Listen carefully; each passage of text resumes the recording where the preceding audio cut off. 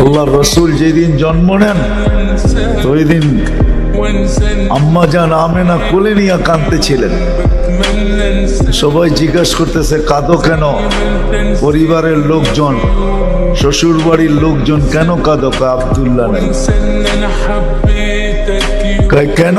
আব্দুল্লাহ থাকলে এতক্ষণে খেলনা চলে আসতো।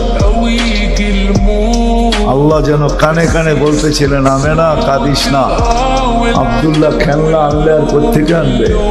মক্কার বাজার থেকে পাথরের আনবে, কাঠের আনবে, প্লাস্টিকের আনবে, মাটির আনবে। সূর্য ডুবতে দে, চাঁদকে খেলনা বানায় পাঠায় দিবে। আর ঘটছেও তাই। আবু তালেব বলে বিকালে যখন শোয়ায় দিছি, সূর্য ডুবার পরে যখন শোয়ায় দিছি, চোখের উপরে তো বাদাল কামরু আইয়াদনু, চাঁদ দ্রুত গতিতে নিচে নামতেছিল। আর আমি তাকায় তাকায় দেখতেছিলাম।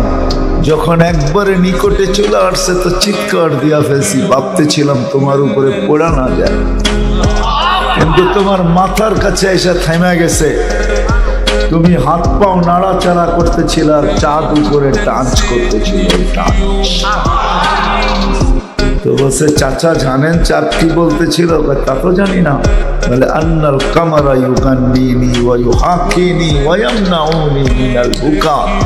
চাঁদ আমাকে ছন্দ শুনাইতেছিল, কান্না থেকে বিরত রাখতেছিল। আমি যেন না কাঁদি, কাঁদলে আম্মার কষ্ট হবে। আল্লাহ চাঁদকে আমার সাথে খেলার জন্য খেলনা বানায় পাঠায়।